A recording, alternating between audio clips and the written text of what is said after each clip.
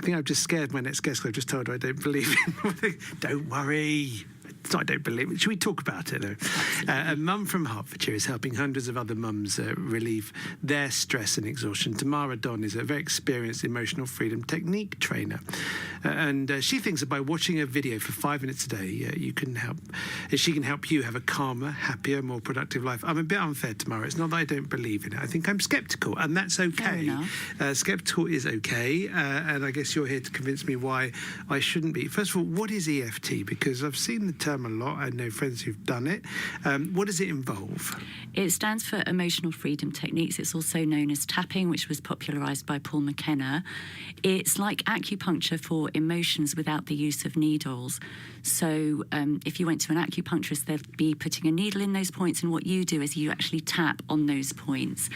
And it has an effect of calming and releasing blocks in the meridian lines, and meridian lines are energy lines which have been used for thousands of years.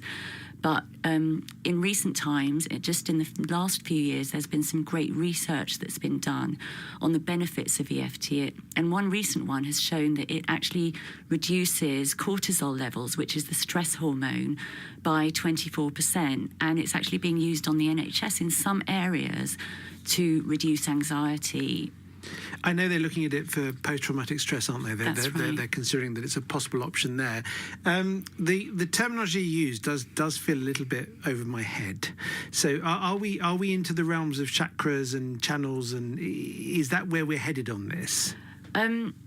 Yes, I mean, energy lines are things now that can be measured, although I understand that in the past they have been quite woo-woo. So. But no, they can be measured, and the research, and I think really the proof is in the pudding, because the mums who have watched my videos and done my challenge have responded with incredible results. For example, one mum said after 30 days of watching my videos, which is the challenge that I did last year, her phobias disappeared. Another mum said that she stopped needing a glass of wine at the end of the day. Other people said, my friends and family asked me why I was so happy. What have I been doing? So the feedback's just amazing. And how do you recreate the tapping part of it if it's via video?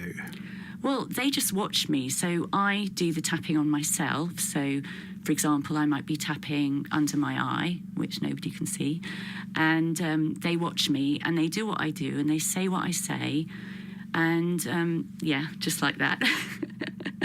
And they then use it to release different negative emotions. So I work on anxiety, overwhelm, stress, guilt. Is it a distraction technique? Well, not in my experience, because the results actually last. But you know how when you say to someone, if you put an elastic band around your wrist, and every time you have a bad thought, ping the band, is it not kind of in that scheme? But does pinging a rubber band reduce cortisol levels? You tell me. I've no idea. If it stops the negative thought, then I would have thought there's a chance that it does, or... I can't comment on that. I really don't know. So are you suggesting that it's the tapping itself, it's the tapping, no pun intended, the tapping into these channels, that in itself reduces cortisol? Well, that's what the research has shown. And do we know how? Probably in the research. I personally wouldn't feel qualified to explain that, but all the research is on a website called aametinternational.org, so it can all be read there. I guess where I'm coming from on this is this a talking therapy, or is it a physical therapy? Because I understand how talking therapy can impact on cortisol levels and adrenaline levels, and I'm less convinced as to how the actual act of tapping, aside from, listen, we all know that if you massage yourself or tap your temples, aside from that, I'm understanding less how that in itself stops your brain producing these chemicals where it thinks it's about to run away because it's being attacked by a lion. So in that particular study that I mentioned, what they did is they split people into 3 groups. One group had no therapy at all, one group had talk therapy, and one group had EFT. And the only group that showed significant levels of cortisol reduction was the EFT group. So in that way, it is different to talk therapy. And do they explain how that happens? What is? I guess what I'm trying to say is that if I was a Martian and I was listening to this, I'm trying to understand. And my listeners know that I am more open to therapy than anyone you'll meet. Okay, I have the most open mind. I can't see how the tapping influences the way your brain produces a stress chemical. Well, what they've shown is it has an effect on the amygdala, which is the part of the brain which is involved in releasing cortisol. So personally, I don't know how it affects the amygdala, but that's what I know to happen. Is it not a case that if you're sort of propagating a technique, that you should know why it's working? So I love acupuncture, for example. I say I love it. I hate it when I have it, but it works. It's worked on me before, and I can feel it. And the acupuncturist has explained what's happening. It's all the nerve endings, and I just wonder at which point you can believe in a technique, but not necessarily know why it's working. Well, I think I would say that EFT works on the same basis as acupuncture. So it works on the meridians, because acupuncture, it's actually, they're putting needles into points on the meridians, if you speak to an acupuncturist. And so it's exactly the same, but instead of using needles, we're just tapping on those points. And because we're saying various words that help us to access the negative emotions, it's bringing those emotions to the surface. And then the act of tapping straightens the meridians, apparently, and then the emotion is released. But I would say to anyone who's sceptical, don't believe me, try it, because the proof is in the pudding. Isn't it more a question, though, of with anything, if you take the time out, if you take some time out to be with yourself, take some time out to be mindful, to use the buzzword of the moment, and whether that time out is, as I've done in the last few days, binge watching some box sets, or whether that time out is spending 5 minutes watching a self-help video, it's the mere fact of taking that time out and being in that moment that is helping, as opposed to necessarily the tapping, for example. So I totally agree that taking time out is absolutely essential and important. But I don't think that taking time out will stop your period pains for the women who've done it, will stop your phobias, will have those kind of impacts which can't be explained by taking time out. But that is a massively vast palette of conditions that you're saying the tapping can help, ranging from period pains through to, what was the second one? Phobias. Through to phobias. That's a big old palette to claim that this can help. All I'm claiming is this is what the mums... Not you personally, but yeah. As a procedure. All I'm claiming is that this is the feedback that I've had from the mums who took part in my challenge, and that's all I can say. When someone comes to you, what do you do? As a one-to-one, or in the challenge? Someone comes to see me you. As a one-to-one. I'll get them to fill in quite an in-depth form so that they can tell me what they want to work on, and then I'll give them a short explanation of what EFT tapping is if they need it, and then I will help them to... I'll either tap, if they're coming to me in person, I'll tap either on them, or they'll just mirror me, and I'll work with the emotions. So I'll try and help them to bring very, very gently the emotions to the surface, and then once they're at the surface, we start releasing them and letting them go. This is not a question about your qualifications, forgive me, and I'll ask it very much more subtly than that, but what is your training to do this? Does one train as an EFT therapist? Do you train as a psychotherapist alongside, or what does it involve for you? So I trained as an EFT practitioner, and I'm actually an EFT trainer, and together with my husband Peter, we run trainings all over the world to train people to actually become practitioners. So I've seen a lot of amazing transformations, not just for mums but for everyone. So it's not what I'm saying is it's not psychology based, it's not therapy based, it's purely based around the tapping. Where was this invented? Who was the lead guru, the leading spirit? So it was originally created by a clinical psychotherapist by the name of Dr. Roger Callahan, and he had a particular patient who had a very severe water phobia, and she it was so severe that she couldn't actually splash water on her face. So, but he was studying Chinese medicine at the time, and she'd been to several talk therapists, and nobody had been able to help her.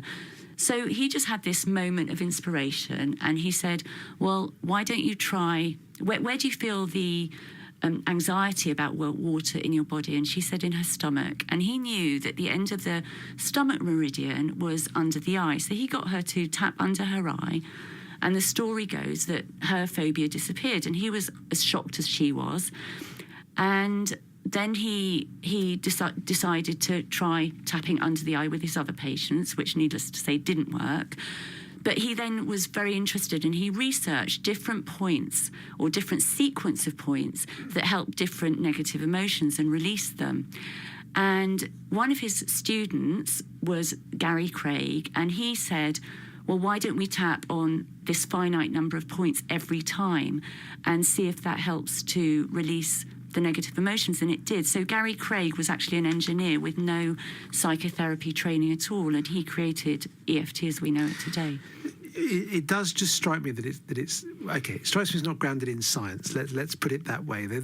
As I understand it, there's no evidence of a meridian line existing as such. It's not a concrete concept. So we have to accept that there is a meridian line, and then accept that by tapping into it, again, no pun intended, that can have a positive impact. Do you feel this is grounded in science? I think it started off not being grounded in science, but I think the science is very much catching up. And there have been meta-studies done as well, which show without a doubt that it really does help with, as you said earlier, PTSD and anxiety, and it's even being recognised by the NHS. Is there a chance that it could be dangerous? And by that I mean, if someone is using it when they may need, and I'm using the term loosely in inverted commas, I'm playing devil's advocate here, but where they need proper help, and I put that in inverted commas, but where they may, for example, need medication, or they may need a more traditional line of psychiatry or psychology or psychotherapy, is there a risk that this steers them off that path? I would never interfere with psychiatry, and I think it's really important with the people that we train. We tell them not to work with mental health conditions that they're not trained to do in other aspects of their profession. So yes, I think you have to be very careful. And on our forms that we ask people to fill in, we ask what medication they're on and whether they have any mental health problems ahead of time, so that we can see if that we feel that they're fit to do that. Ultimately, this is not about my opinion or otherwise. As I say, I'm more open than most to all varying forms of therapy.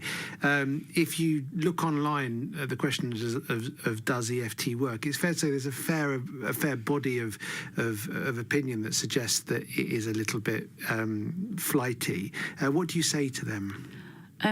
I would literally say try it for yourself. If you don't want it to work, I'm sure it will not work. But if you are sceptical but open-minded, I think there's a fair chance that it would have a very good impact on you. So this course you're opening up, it's the Get My Sanity Back 10-day challenge.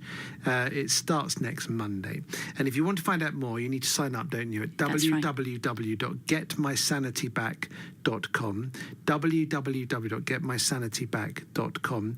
And if you want to contact Tamara directly for more information, your email address is info@tamaradon.com. By the way, it's a great name for a therapist. Doesn't matter what the field. Tamara Don sounds like a therapist if ever I heard one. So and Don's got two N's, hasn't it? So right. So email info@tamaradon.com. You can email Tamara direct for more information about this course, which is going to be made available to anyone who wants to be. Mums worldwide. I've got people all over signing up, and it's free. And within 10 days, they'll get their sanity back. Or at least get a long way down the line to get. They'll lay their foundations to regaining their calm, enjoying their kids more, and getting more done. Good luck with it. There's Tamara Don. She is an EFT therapist and practitioner. Getmysanityback.com if you want to find out more. It's Nick Coffer on 3 County.